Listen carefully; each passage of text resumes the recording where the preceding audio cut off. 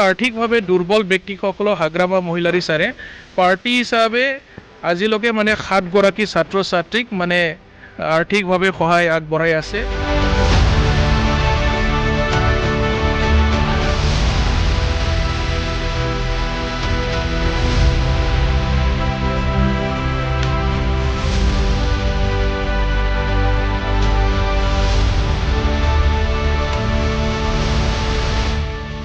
চাওক আজি ধেৰমচা বৰৰ যিটো মানে ঘৰ টংলা তেখেতে আচলতে ভেৰগাঁও সমষ্টি নিবাসী হয়। কৰ্মসূত্ৰে মানে টংলাত থাকে। মানে অতি মানে দৰিদ্ৰ পৰিয়াল। তেখেতৰ দেউতা এজন মানে ৰোগী হয় আৰু মাকে সৰু এটা চাহ দোকান দি পেলাই মানে নিজৰ পৰিয়ালটো চাই আছে। তেওঁলোকৰ ল'ৰা NIT কৰি আছে কৰ্ণাটকত আৰু বৰ্তমান এটা বছৰ গ'ল। কিন্তু এডমিশ্যন ল'ব পৰা নাই বুলি আমালৈ এটা মানে তেওঁলোকে এটা আবেদন পত্ৰ দিছিল আৰু বাতৰি প্ৰচাৰ কৰিছিল।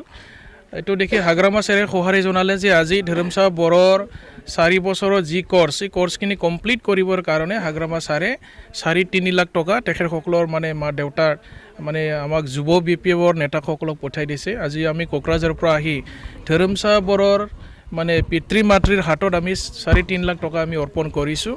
আমি আশা কৰিম ধেৰমচা বৰাই নিজৰ কোৰ্ছটো কমপ্লিট কৰি এদিন মানে ইঞ্জিনিয়াৰ হৈ ওলাই আহিব আৰু তেখেতে মানে আমাৰ সমাজৰ এজন মানে ভাল মানে নাগৰিক হিচাপে শিক্ষিত এজন যুৱক হিচাপে এখন মানে এৰিয়া তেওঁ মানে সুনাম কৰি আনিব।